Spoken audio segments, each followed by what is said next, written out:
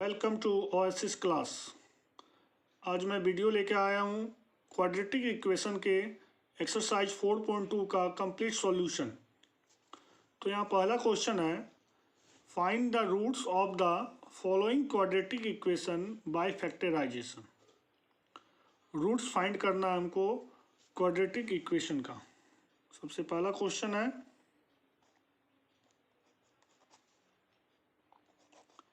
X square minus 3x minus 10 equal to 0। X square minus 3x minus 10 equal to 0। तो सबसे पहले हम लोग क्या करेंगे, इसके कॉफिशिएंट निकाल लेंगे। तो एक्स स्क्वायर का कॉफिशिएंट हो गया हमको a इक्वल टू 1, एक्स का कॉफिशिएंट हो गया b इक्वल टू -3 और c का कॉफिशिएंट हो गया -10। तो a equal to 1, b -3, c -10। a और c को मल्टीप्लाई कर दो, 1 इंटू -10 इक्वल टू -10। अब हम लोग को b वाले का फैक्टराइजेशन करना है। तो यह सोचो कि 10 का फैक्टराइजेशन क्या क्या हो सकता है। 10 हमारा आ सकता है 1 इंटू 10, 10 आ सकता है हमारा 2 इंटू 5, और तो कुछ नहीं आ सकता है। तो इनमें से जिसका या तो प्लस करने से 3 आ जाए या तो माइनस करने से 3 आ जाए। 1 और 10 में तो पॉसिबल नहीं है, प्लस करने से 11 और माइनस करने से 9 हो जाएगा, यह हमारा फैक्टराइजेशन नहीं हो सकता है।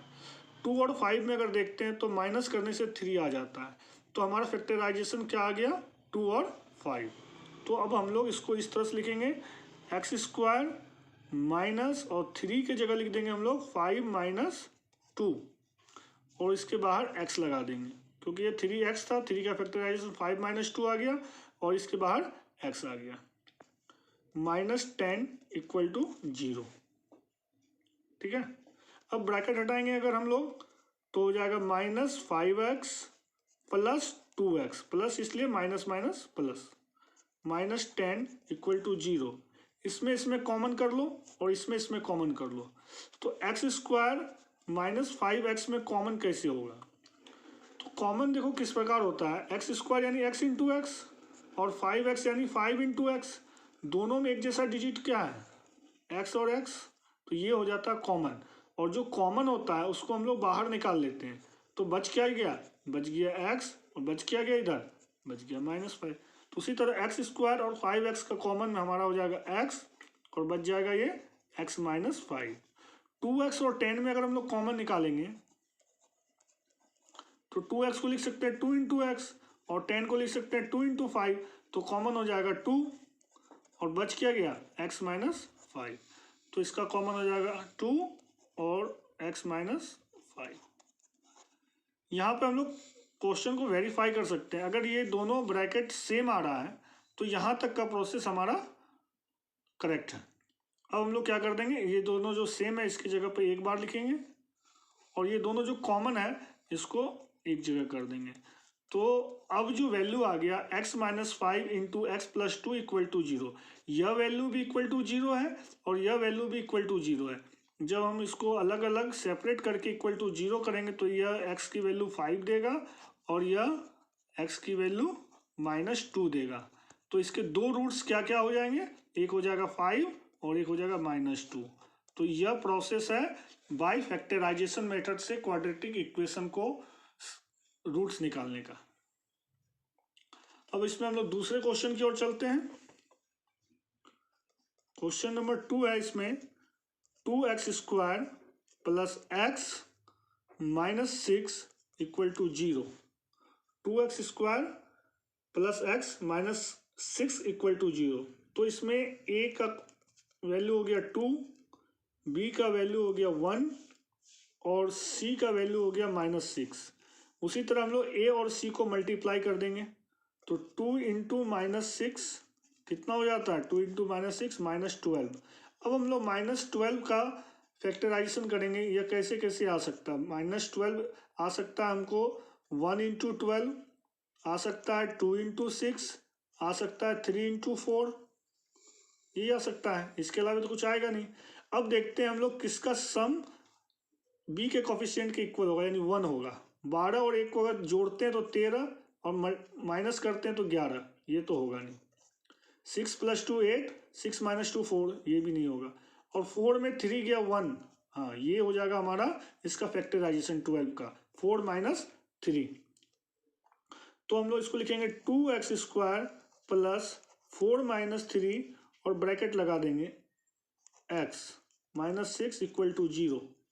अब हम लोग अगर ब्रैकेट को हटाते हैं तो इसे क्या लिखेंगे, 2x² + 4x - 3x - 6 = 0। अब इसमें कॉमन कर लो, 2x² + 4x में कॉमन हम लोग करेंगे। जो प्रोसेस मैंने कॉमन का बताया है इस तरह से भी आप निकाल सकते हैं साइड में, नहीं तो यहाँ देखिए 2 और 4 किस टेबल में आएगा, 2 और 4 2 के टेबल में आएगा। और x² और x में x कॉमन हो गया, जो कॉमन हो गया इससे अब इसको डिवाइड कीजिए, 2 और 2 खत्म, कट गया। और x से x² को डिवाइड करेंगे तो बचेगा x, 2x से 4x को डिवाइड करेंगे तो बचेगा 2। उसी तरह -3x और -6 में कॉमन लेंगे तो -3 आएगा, 3 से डिवाइड करेंगे बचेगा x, 3 से डिवाइड करेंगे तो -+2। अब ये दोनों वैल्यू को एक जगह कर देंगे, 2x - 3 और x + 2 की वैल्यू एक जगह आ जाएगी। अब उसी तरह हम लोग 2x - 3 को जब 0 के इक्वल करेंगे तो x की वैल्यू हमारी आएगी 3/2, और x + 2 को जब हम लोग इक्वल टू 0 करेंगे तो x की वैल्यू आएगी -2। तो हमारा दो रूट्स क्या क्या आ गया, एक 3/2 और एक -2। तीसरा क्वेश्चन हम लोग यहीं बगल में बना देते हैं।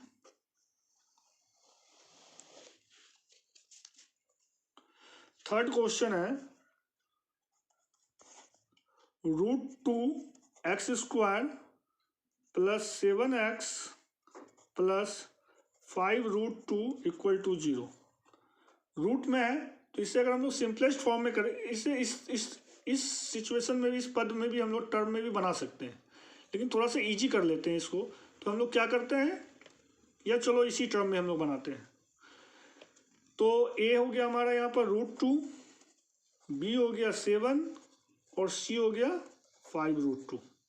तो a और c को मल्टीप्लाई कर लो। अगर हम लोग a और c को मल्टीप्लाई करते हैं यहाँ पे तो √2 × 5√2 कितना हो गया, √2 × 5√2, √2 2 5 जा 10। और 10 का फैक्टराइजेशन हम लोग क्या कर सकते हैं, 1 × 10 या 2 × 5। तो इसमें बीच में हमको 7 लाना है तो 5 + 2 7 हो जाएगा, और 5 2 जा 10 हो जाएगा। तो फैक्टराइजेशन हमारा मिल गया √2x² + 5x + 2x + 5√2 = 0। 7x को हम लोग क्या लिखे, 5x + 2x। अब √2x² और 5x में अगर कॉमन करते हैं तो कॉमन तो हमको सिंपली सिर्फ x मिलेगा, तो ये बच गया √2x और ये बच गया 5। अब 2x + 5√2 में कॉमन करेंगे तो √2 कॉमन आएगा, क्योंकि √2 से ये भी कटेगा, √2 से ये भी कटेगा, तो बच जाएगा ये √2x + 5। क्योंकि अगर हम लोग देखो √2 × √2 कितना होता है, 2 ही तो होता है।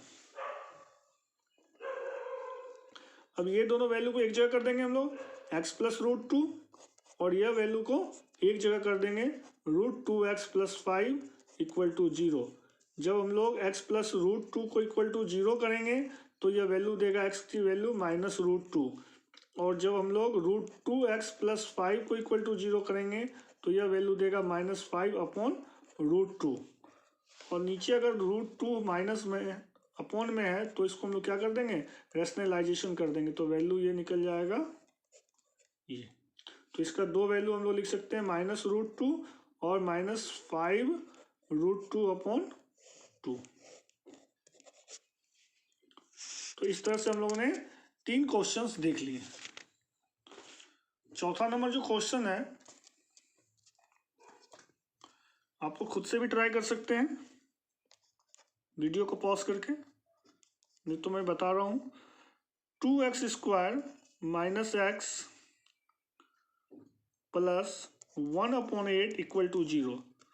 तो इससे हम लोग क्या करते हैं, दोनों साइड LHS और RHS दोनों साइड 8 से मल्टीप्लाई कर देते हैं।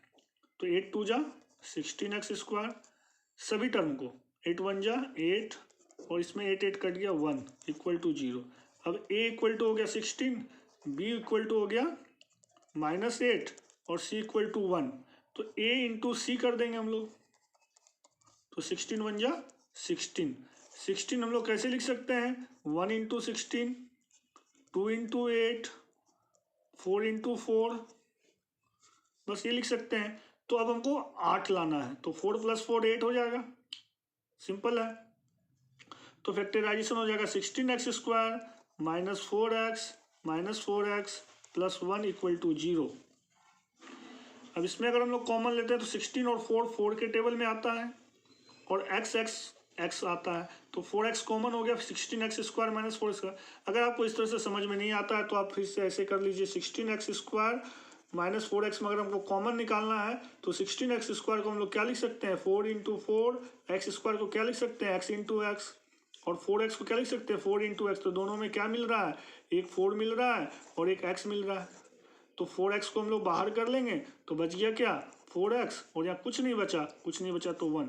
तो इस तरह से भी आप कॉमन कर सकते हैं, यानी तो डायरेक्ट करना है तो 16 और 4 में 4 कॉमन आ गया और x में x कॉमन आ गया, इससे हम उसको डिवाइड करेंगे तो बच जाएगा 4x और 4x कट जाएगा एक बार में। इस दोनों में कॉमन 1 आएगा क्योंकि x तो दोनों में है नहीं, तो 1 4 जा 4x 1 1 जा। अब इसे हम लोग 2 टर्म में इस तरह से ले आएंगे। एक बार जब हम लोग 4x - 1 को इक्वल टू 0 करेंगे तो x की वैल्यू 1/4 आएगी, और दोबारा जब में हम लोग 4x - 1 को इक्वल टू 0 करेंगे तो भी x की वैल्यू 1/4 आएगी। तो इस तरह से इसके दो रूट्स क्या क्या हो गए, 1/4 और 1/4। इसमें लास्ट क्वेश्चन है 5वां, 100x² -20x + 1 इक्वल टू 0। इसमें हम लोग क्या करेंगे, a और c की वैल्यू को मल्टीप्लाई करेंगे, तो a 100 है, b -20 है और c इक्वल टू 1 है। a और c को यदि हम लोग मल्टीप्लाई करते हैं यानी 100 × 1 100। अब इसका फैक्टराइजेशन सोच लो, इसका फैक्टराइजेशन हम लोग 1 × 100 लिख सकते हैं, 2 × 50 लिख सकते हैं, 4 × 25 लिख सकते हैं, उसके बाद 5 × 20 लिख सकते हैं, 10 × 10 लिख सकते हैं। तो सम 20 आना चाहिए, तो 10 + 10 20 हो जाएगा।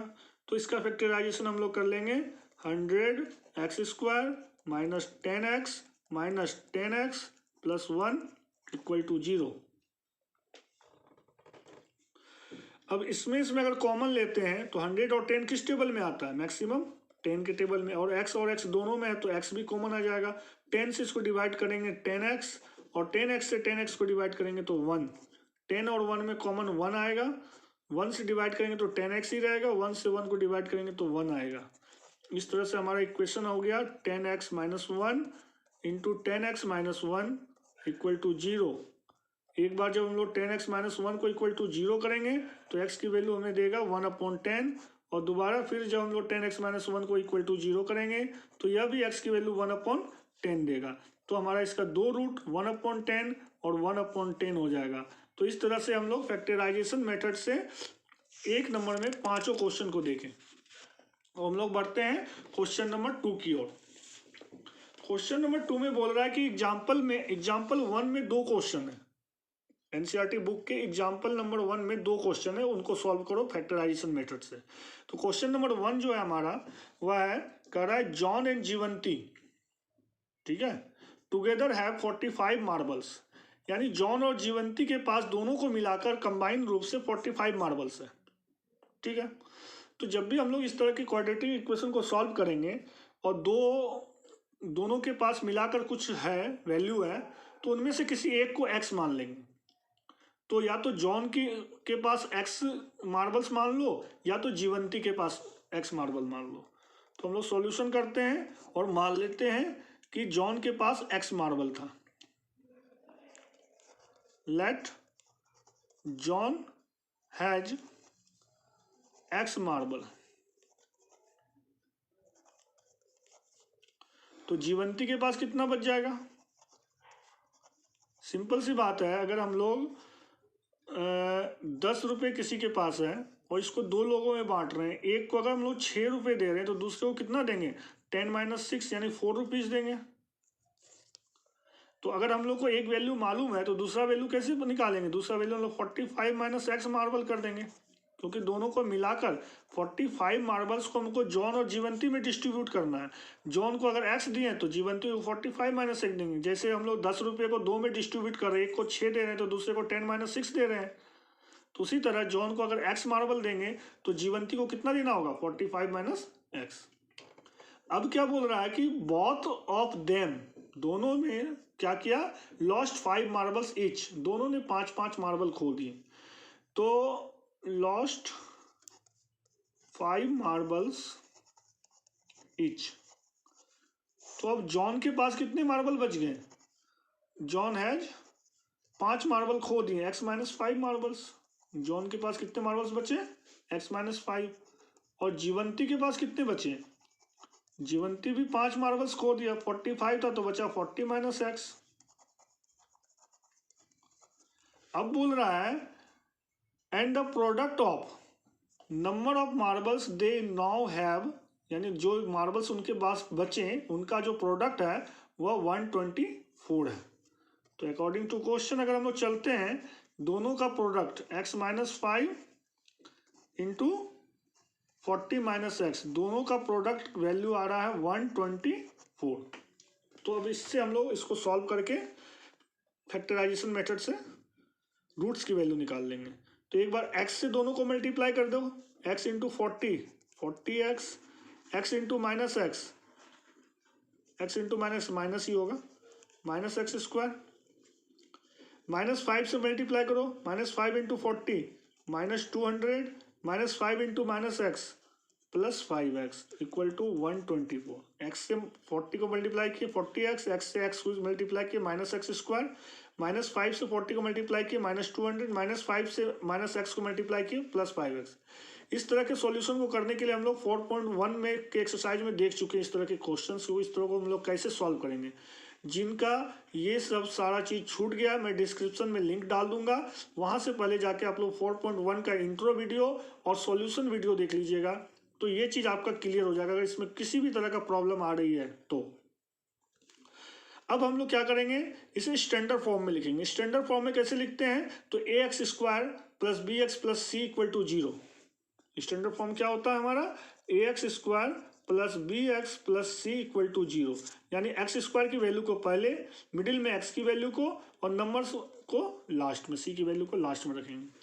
तो इसमें अगर हम लोग x² को पहले लिखते हैं तो -x², x वाली वैल्यू को अगर हम लोग बीच में लाते हैं तो 40 + 5 45x, और नंबर्स को अगर लास्ट में लाते हैं तो 200 और +124 इधर आ जाएगा, -124 = 0। तो हमारा इक्वेशन हो गया -x² + 45x -324। अब इसमें अगर हम लोग ये माइनस को हटा दें, प्लस में लाना चाहें तो माइनस से मल्टीप्लाई कर देते हैं सभी टर्म को, तो -x² हो जाएगा +x² +45x हो जाएगा -45x और -324 हो जाएगा +324 = 0। अब हम लोग फैक्टराइजेशन करेंगे तो a की वैल्यू यहाँ 1 है, b की वैल्यू -45 है और c की वैल्यू 324 है। तो a और c को हम लोग मल्टीप्लाई करेंगे तो वैल्यू आ जाएगा 324। 324 का फैक्टराइजेशन हम लोग क्या कर सकते हैं, 324 का फैक्टराइजेशन हम लोग कर सकते हैं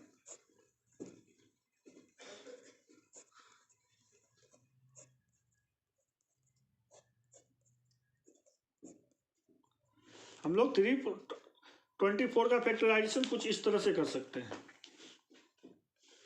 अगर हम लोग 2 से मल्टीप्लाई करते हैं, सबसे पहले 2 से अगर मल्टीप्लाई करते हैं तो हो जाएगा 162। अगर हम लोग 3 से मल्टीप्लाई करते हैं तो हो जाएगा यह 108, ठीक है। अगर हम लोग इसमें 4 से मल्टीप्लाई करते हैं तो यह हो जाएगा 4 × 81। अगर हम लोग इसे 6 से मल्टीप्लाई करते हैं तो वैल्यू हो जाएगा 56। अगर हम लोग इसे 9 से मल्टीप्लाई करते हैं तो यह वैल्यू हो जाएगा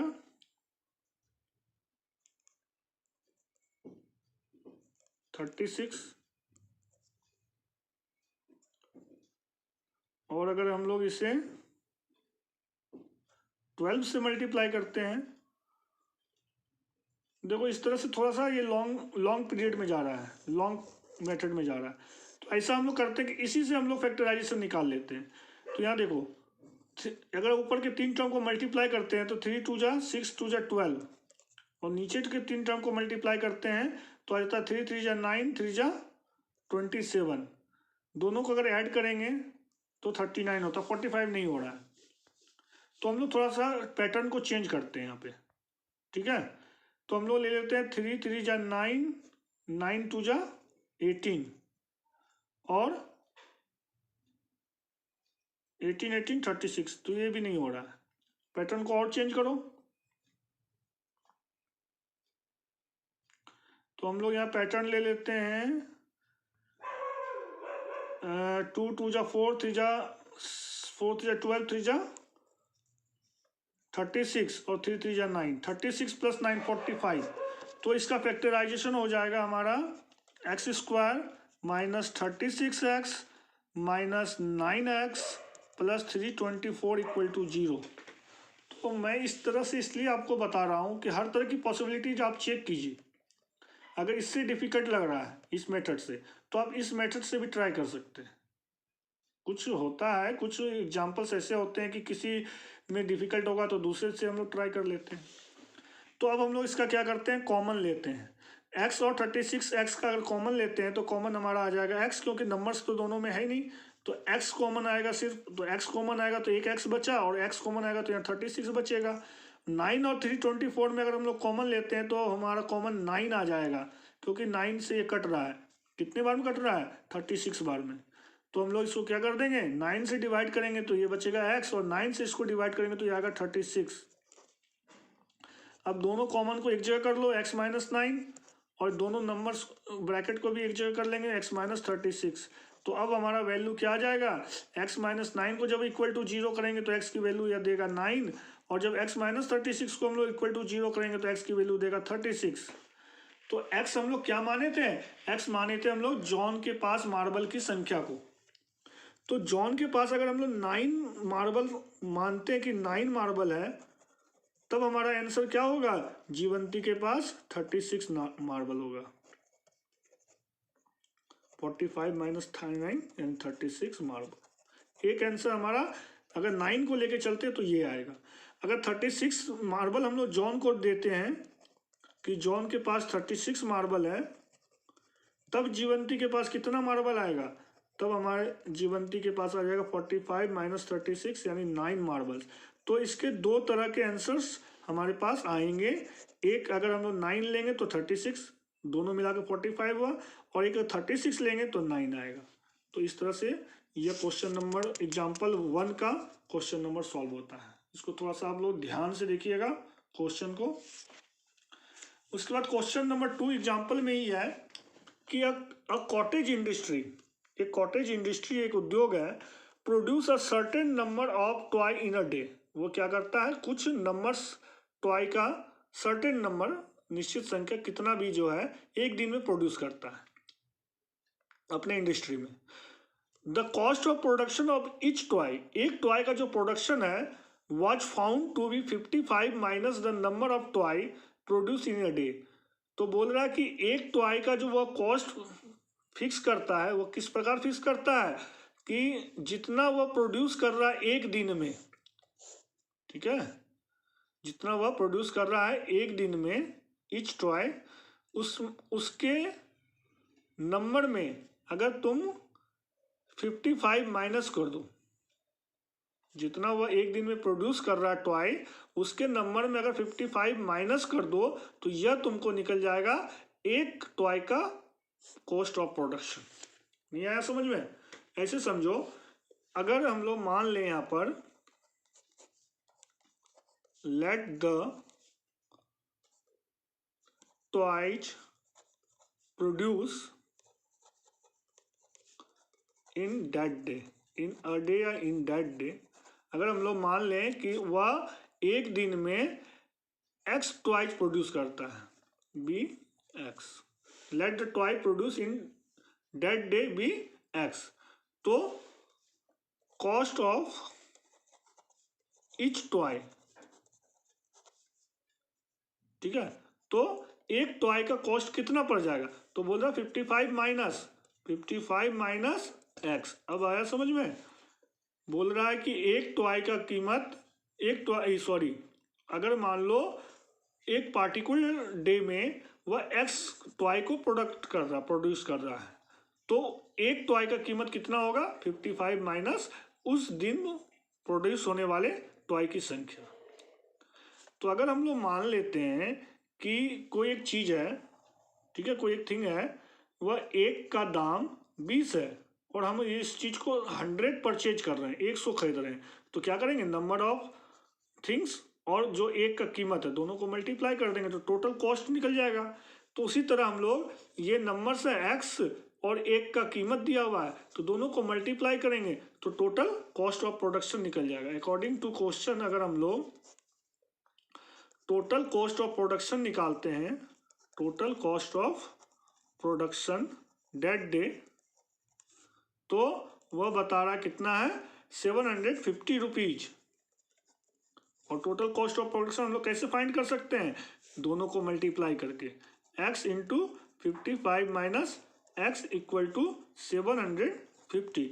इससे हम लोग ब्रैकेट को हटाएंगे, x into 55, 55x, x into x square equal to 755। इसे स्टैंडर्ड फॉर्म में अगर लाते हैं तो एक्स स्क्वायर पहले, x आ जाएगा मिडिल में और माइनस 750 को इधर ले आएंगे। अब हम लोग थोड़ा माइनस से इसको मल्टीप्लाई करके माइनस हटा देंगे तो ये हो जाएगा plus x square plus 55x हो जाएगा माइनस 55x और माइनस 755 हो जाएगा प्लस 755 इक्वल टू 0। अब इसका फैक्टराइजेशन करेंगे तो हम लोग a और c को मल्टीप्लाई करेंगे 1 इंटू 750, तो हो रहा है हमारा 750। इसका फैक्टराइजेशन इस तरह से करना है कि मल्टीप्लीकेशन 750 हो लेकिन जोड़ने या घटाने से 55 आए, 55 आए, ठीक है। तो देखो ये तो हमको सिंपल दिख रहा है कि 30 प्लस 25, 30 प्लस 25 कितना हो रहा है, 55 हो रहा है, और दोनों को मल्टीप्लाई करोगे तो 755 ही आएगा। तो इसका फैक्टराइजेशन हम लोग ले लेंगे x square minus 30x minus 25x। अच्छा, ये दोनों वैल्यू को हम लोग माइनस में क्यों रखें, क्योंकि हमारा रिजल्ट माइनस में है, इसलिए दोनों को ऐड करना है, इसलिए दोनों को माइनस रखेंगे। दोनों को प्लस में रखेंगे तो रिजल्ट फिर प्लस में आ जाएगा ना। तो थोड़ा इन सब चीज़ों का ध्यान रखना प्लस माइनस का, जब हम लोग फैक्टराइजेशन कर रहे हैं रिजल्ट के अनुसार हम लोग फैक्टराइजेशन साइन लगाएंगे। अब एक्स स्क्वायर और 30x में अगर हम लोग कॉमन लेंगे तो क्या आएगा, कॉमन आएगा हमारा x आएगा, तो x से डिवाइड कर देंगे x से 30x को डिवाइड करेंगे तो 30। 25 और 750 में कॉमन क्या आएगा, 25 आएगा, क्योंकि 25 से दोनों कट रहा है, तो 25 से डिवाइड कर दो x, 25 से डिवाइड कर दो 30। अब हमारा वैल्यू आ गया x माइनस 25 इसका, और ये दोनों को एक जगह ला देते हैं तो x माइनस 30। तो इस तरह से अगर हम लोग x माइनस 25 को इक्वल टू 0 करें तो यह वैल्यू देगा 25, और x माइनस 30 को अगर हम लोग इक्वल टू करें तो यह वैल्यू देगा 30। तो x को हम लोगों ने क्या माना था, x को हम लोगों ने माना था कि the toy produce in that day, तो the toy produce in that day, तो हमारा आंसर इसमें हो जाएगा 25 भी ले सकते हैं और 30 भी ले सकते हैं, दोनों आंसर हो जाएगा, ठीक है। चलो अब हम लोग नेक्स्ट क्वेश्चन की ओर बढ़ते हैं, क्वेश्चन नंबर 3। क्वेश्चन नंबर 3 बोल रहा है हमारा कि find two numbers हुच some is 27 and product is 182। दो नंबर्स है, कोई भी दो नंबर है जिनका सम 27 है, तो दो नंबर से तो एक नंबर को मान लो x, ऑब्वियस सी बात है। अगर हम लोग इसका सॉल्यूशन करते हैं तो हम लोग मान के चलते हैं कि let the first number be x. तो सेकेंड नंबर क्या हो जाएगा हमारा, अगर सम है तो अभी हम लोग एक एग्जांपल लिए थे ना कि 10 रुपये दोनों को बांट रहे हैं, एक को अगर हम लोग 4 रुपये दे रहे हैं तो दूसरे को हम लोग 10-4 देंगे। तो दोनों को अगर हम लोग 27 डिस्ट्रीब्यूट कर रहे हैं, एक को अगर हम लोग एक्स दे रहे हैं तो दूसरा 27 - एक्स होगा। ठीक है, अब बोल रहा है अकॉर्डिंग टू क्वेश्चन कि दोनों को प्रोडक्ट करो, प्रोडक्ट दोनों का तो 182 आ रहा है, एक्स प्रोडक्ट 27 - एक्स, प्रोडक्ट मतलब मल्टीप्लाई, तो वैल्यू हमारा कितना दे रहा है 182। इसको सॉल्व करते हैं, x into 27 x, x into x, x square equal to 182, इसके स्टैंडर्ड फॉर्म में ले आएंगे, minus x square plus 27 x plus 182 को इधर ले आओ, माइनस 182 इक्वल टू 0। फिर इससे हम लोग क्या करेंगे, माइनस से मल्टीप्लाई कर देंगे, तो ये प्लस एक्स स्क्वायर, ये माइनस 27 एक्स, और जब हम लोग माइनस से मल्टीप्लाई करते हैं तो सारे टर्म का साइन चेंज हो जाता है। अब अगर हम लोग ए और सी को मल्टीप्लाई करें तो हमारा वैल्यू 1 इंटू 182 इक्वल टू 182 आ रहा है। अब इसका फैक्टराइजेशन करना है, 27 लाना है हमको। 182 को अगर हम लोग फैक्टराइजेशन करते हैं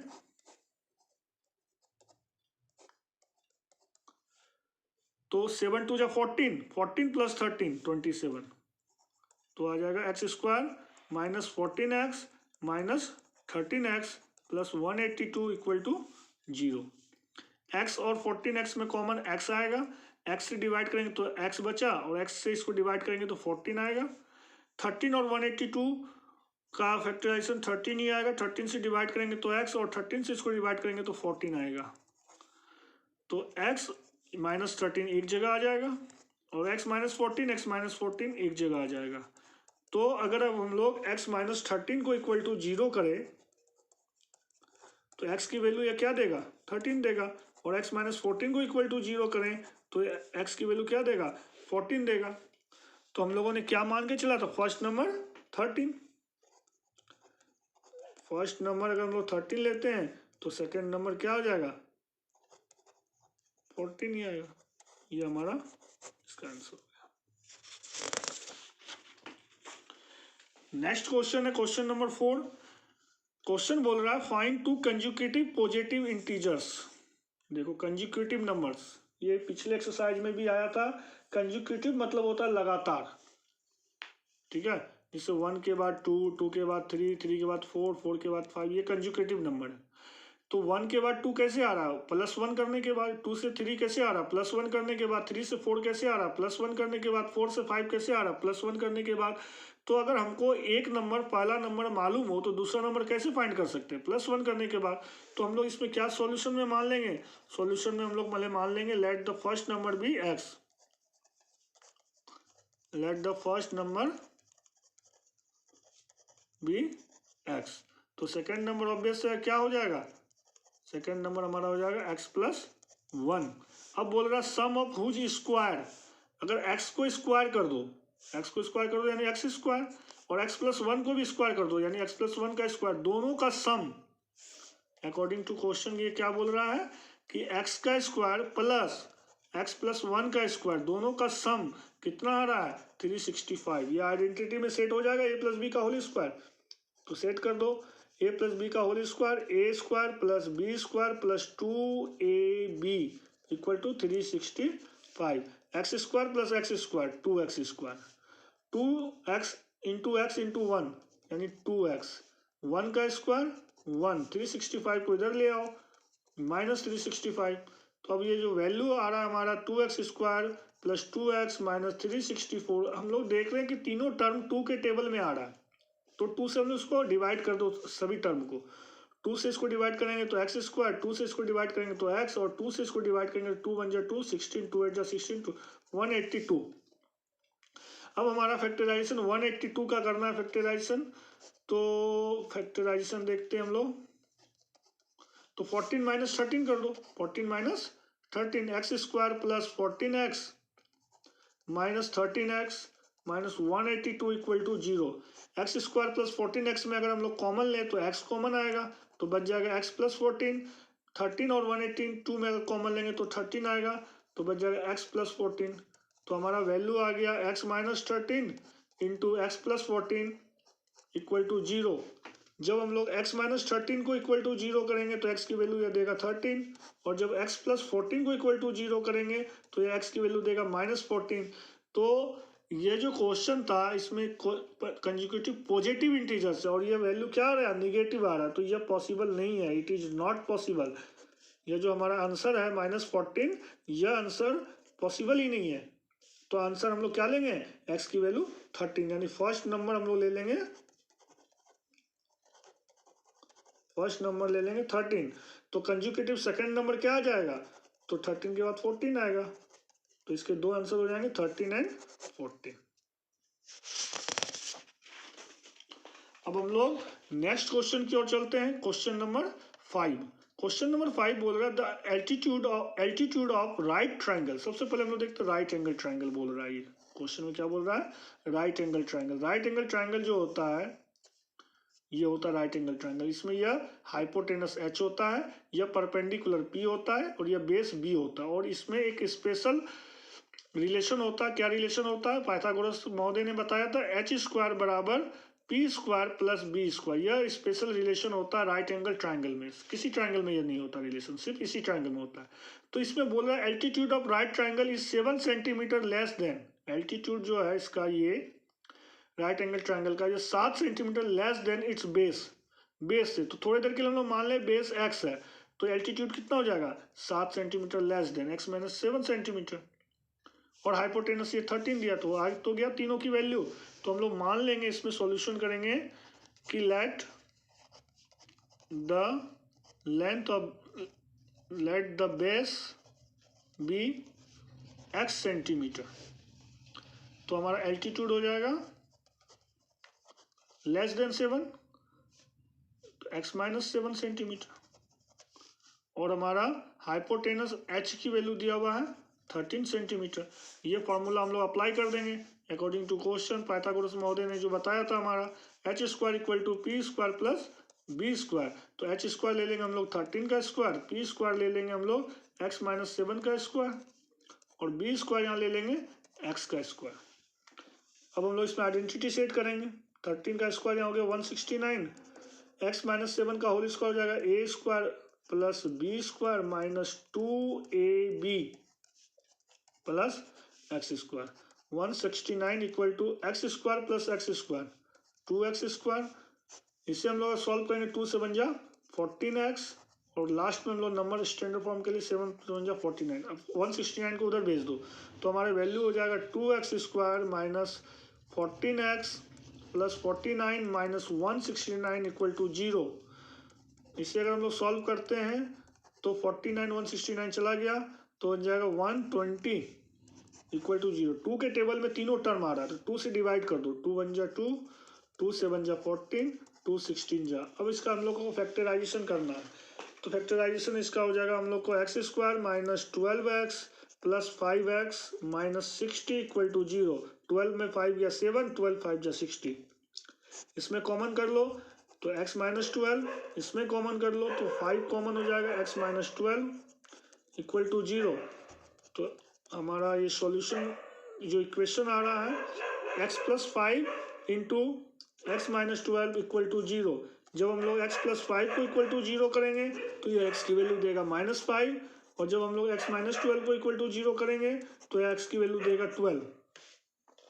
तो कोई भी लेंथ माइनस में तो हो नहीं सकता, ना तो हाइपोटेनस माइनस में हो सकती है, ना एल्टीट्यूड माइनस में हो सकती है, ना बेस में, तो इट इज नॉट पॉसिबल, क्योंकि लेंथ कभी भी माइनस में नहीं हो सकती है। तो x की वैल्यू हमारा क्या आ गया 12, और x किसे माने थे हम लोग, बेस को, और अगर बेस 12 सेंटीमीटर आ रहा है तो इसका एल्टीट्यूड कितना आएगा, एल्टीट्यूड 7 सेंटीमीटर कम था, तो हम लोग ले लेंगे 12 माइनस 7 इक्वल टू 5 सेंटीमीटर। तो ये दोनों हम लोगों का आंसर हो जाएगा। अब ये क्वेश्चन सबसे लास्ट क्वेश्चन है, और यह सेम उसी तरह का क्वेश्चन है जो हम लोग एग्जाम्पल के दूसरे में बनाए थे वही क्वेश्चन है। एग्जाम्पल के सेकंड क्वेश्चन जो बोल रहा है a cottage industry produce a certain number of pottery articles in a day. ये कुछ सर्टेन नंबर ऑफ आर्टिकल्स को प्रोड्यूस कर रहा है एक दिन में। It was observe on a particular day, किसी दिन यह ऑब्जर्व करके देखता है कि the cost of production of each articles, एक आर्टिकल्स का प्रोडक्शन उसको कितना आ रहा है, तो 3 more than twice the number of articles produce on that day, यानी उस दिन जितना आर्टिकल वो प्रोड्यूस कर रहा है उसमें 3 गुना से 2 गुना से 3 ज़्यादा, जितना वो प्रोड्यूस कर रहा है उसके 2 गुना से 3 ज़्यादा उसका प्रोडक्शन है। तो सबसे पहले हम लोग क्या करेंगे, हम लोग मान लेंगे लेट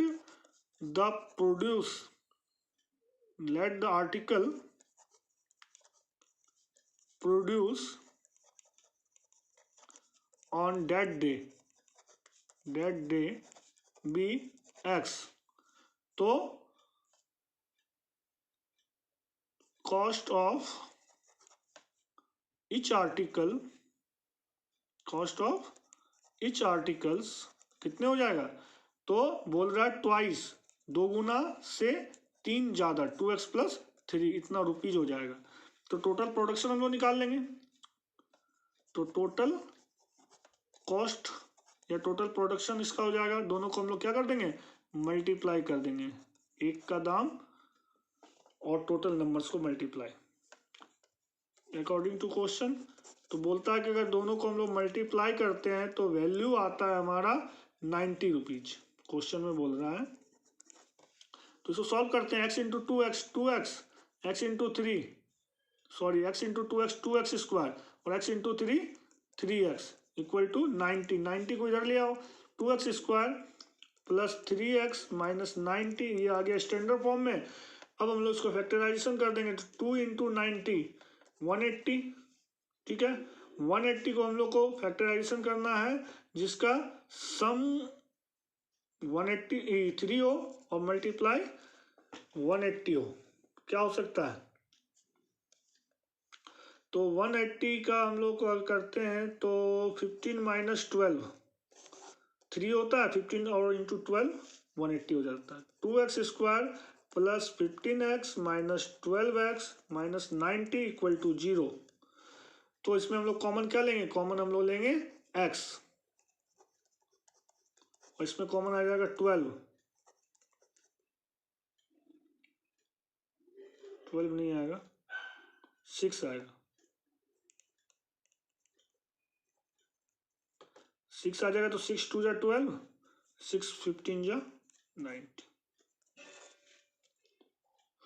तो एक वैल्यू आ गया x माइनस 6 और एक वैल्यू आ गया 2x प्लस 15 इक्वल टू 0।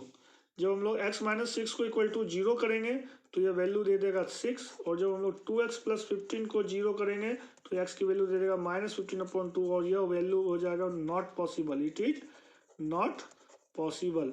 जब यह पॉसिबल नहीं है तो हम लोग x की वैल्यू क्या लेके आगे बढ़ेंगे, 6, और x क्या माने थे कि articles produce on that day, हम लोग क्या माने थे, articles produce on that day, कितना वो प्रोड्यूस कर रहा है, 6 आर्टिकल्स, ठीक है, और कॉस्ट ऑफ ईच आर्टिकल अब कितना हो जाएगा, तो इसके हम लोग क्या कर देंगे, 2 गुने से 3 ज़्यादा, यही था ना, इसके 2 गुने से 3 ज़्यादा, तो 2 गुने से 3 ज़्यादा कर देंगे, 6 2 जा 12 प्लस 3 15 रुपीज। तो इस तरह से हमारा 4.2 का सॉल्यूशन यहाँ ख़त्म हो जा रहा है।